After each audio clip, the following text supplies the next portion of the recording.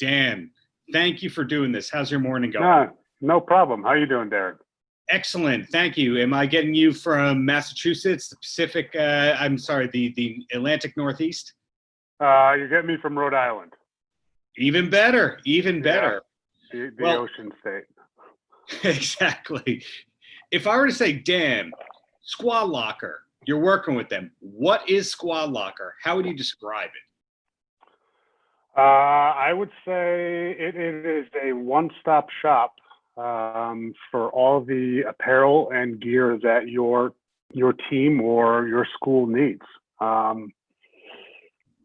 would be the overall summary of it. We can get into the benefits of it if you want, but I mean, it's just, you can set up a store 24/7. You can go on there as an administrator, you can go on there as a parent, and order the gear that you either are required to have or that you want to get for your child.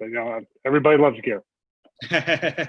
You said benefits, though. Please tell me more, because who doesn't like benefits?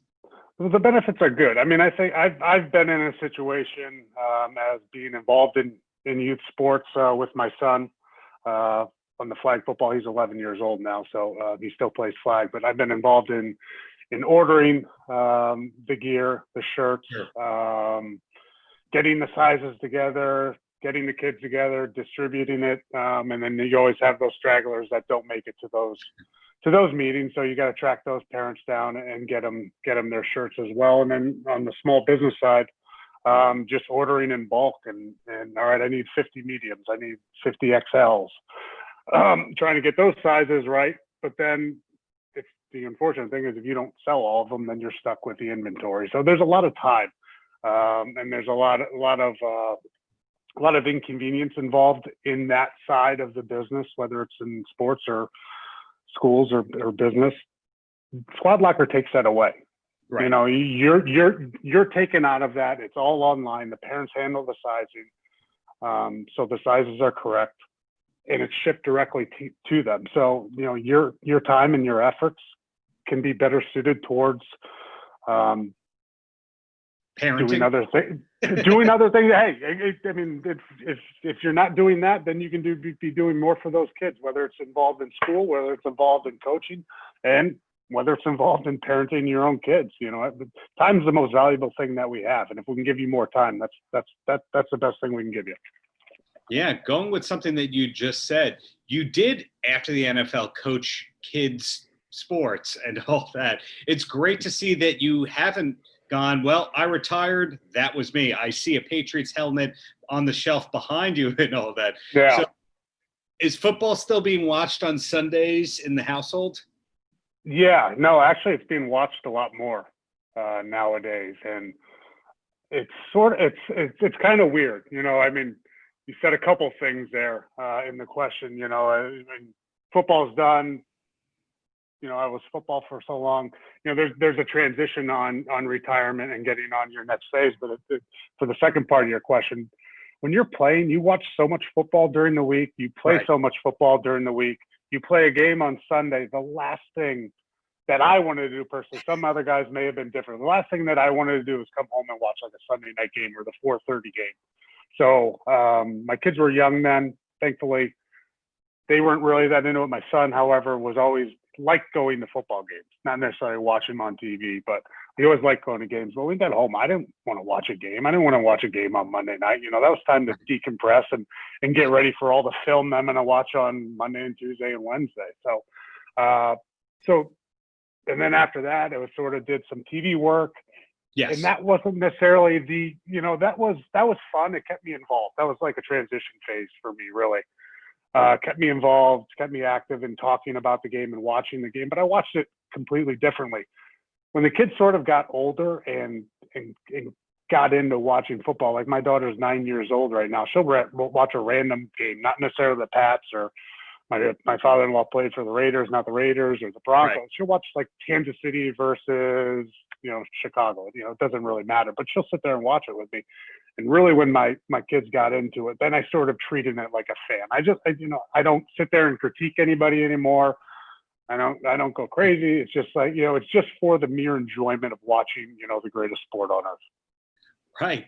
Those are some really good points there that you're able to watch it without critiquing. And when I think of you, I think of a successful person, because not just family life, that's great. Not just your work with SquadLocker, not just winning a couple of Super Bowls, the highest level you can possibly go in the NFL. I believe you also opened up a brewery a couple of years ago. Mm-hmm. Yeah.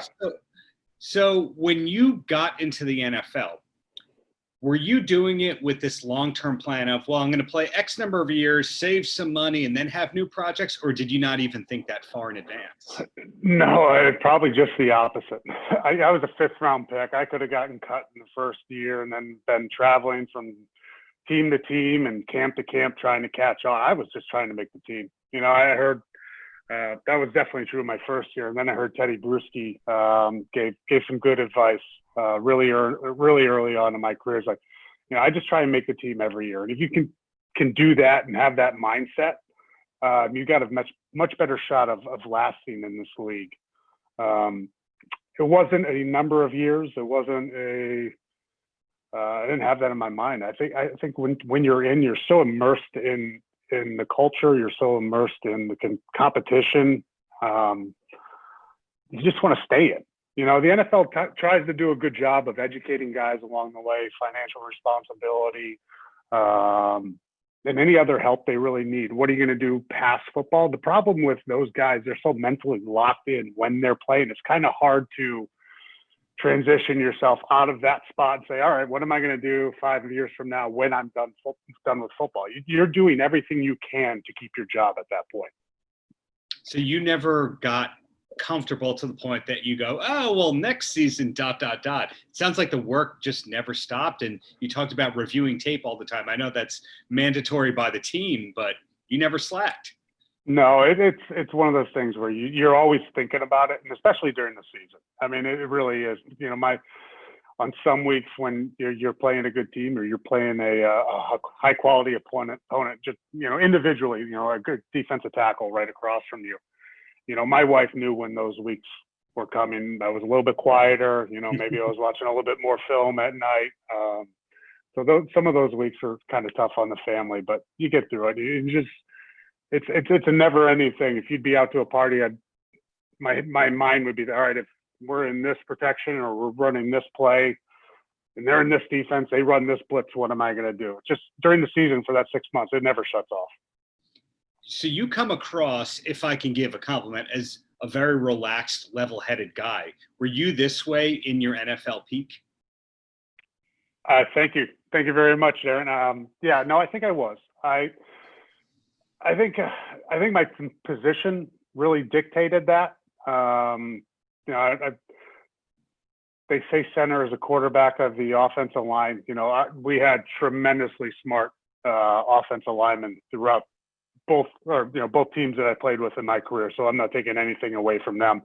And they were responsible for their own calls that they had to make. And then 99% of the time they were right. But, my job was really to make sure the overall thing, everything was on the up and up. So if I'm jacked out of my mind and, and just screaming all over the place, I felt like I couldn't do my job the best. So, it's kind of just one of the things I needed to be cool and collective and make sure everybody was on the same page. If they weren't on the same page, get them on the same page and then just go.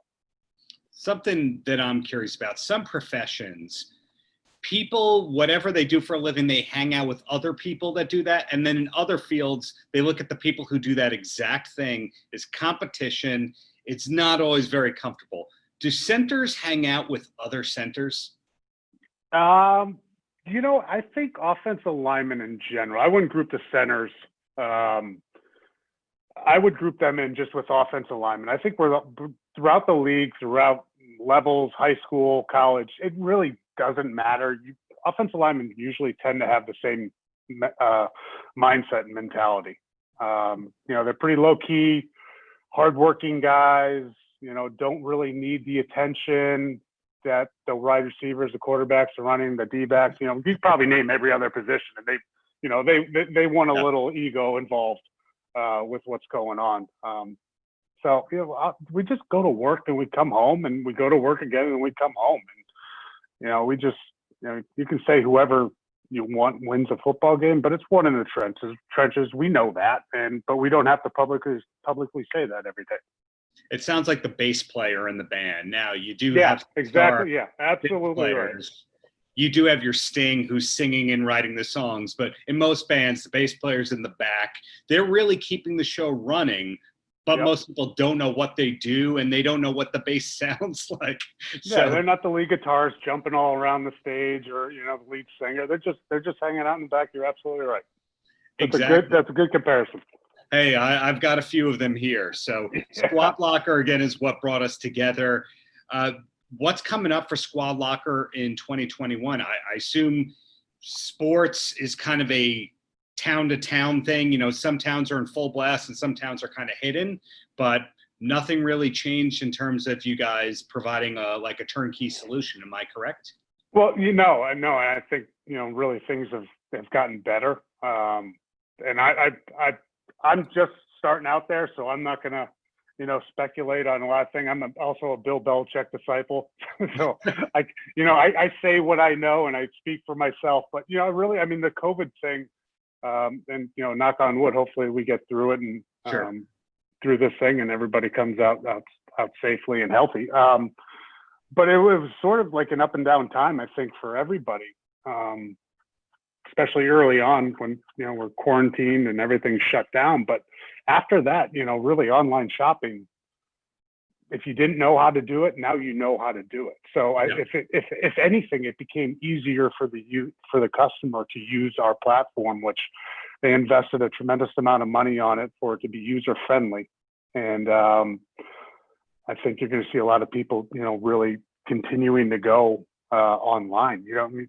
We don't know when it's going to be over, and we don't know how people's mental state or mentality is going to be. Hey, are we going to be shaking hands? Are we going to be hugging again right away when this is over? It's going to take time for people to relax coming out of this thing. And sports generally provide that great relief. Physical activity gives those endorphins to help cure. So fingers crossed. You got time for 3 quick questions, and then you're free, man? Anytime, Darren. Okay, first question. A lot of people are looking for a new TV show to binge watch. You've been home more this year than any year of your life. Got a recommendation or two to pass along?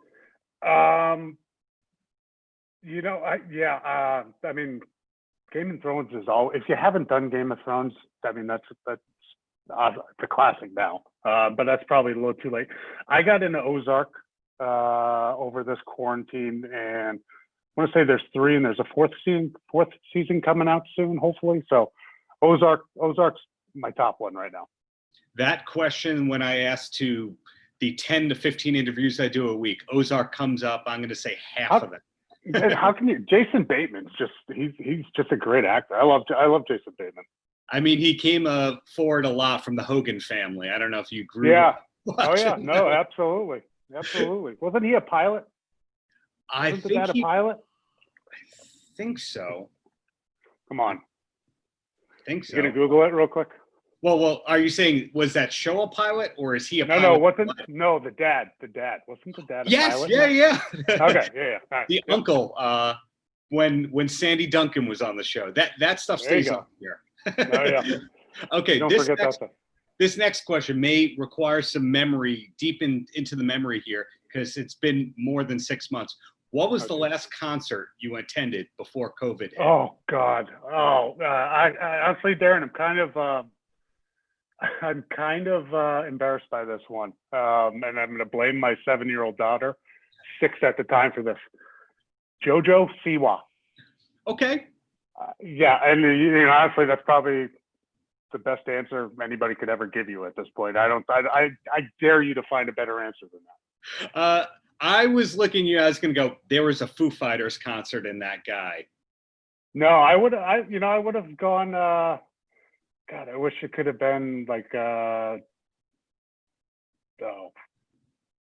Mumford & Sons or something like that. I wish it could have been that, but it was JoJo Siwa.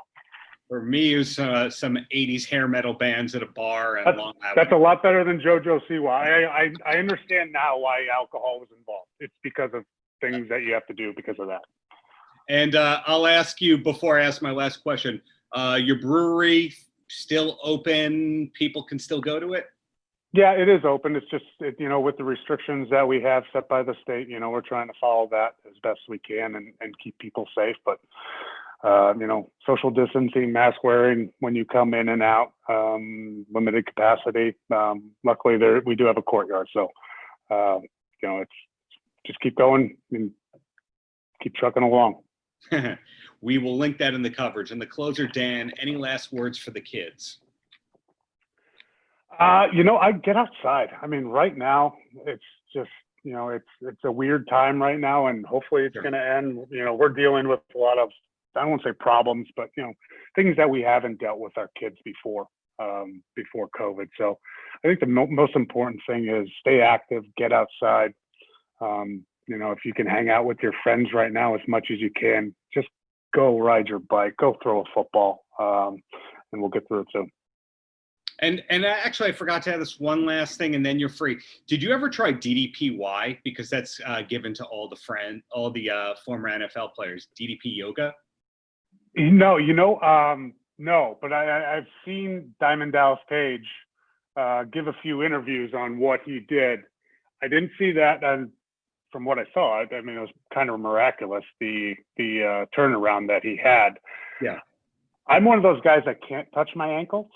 Never have been flexible, but before COVID, I did recently start doing that hot yoga. Yeah. Which was just awful, absolutely awful. And just one of those things, why would you want to put yourself through it? But after it is over, it's, kind of like football practice. Like you're in the middle of it, like, why the hell am I putting myself through this right now? I don't have to do this right now. I'm choosing to do this. Why?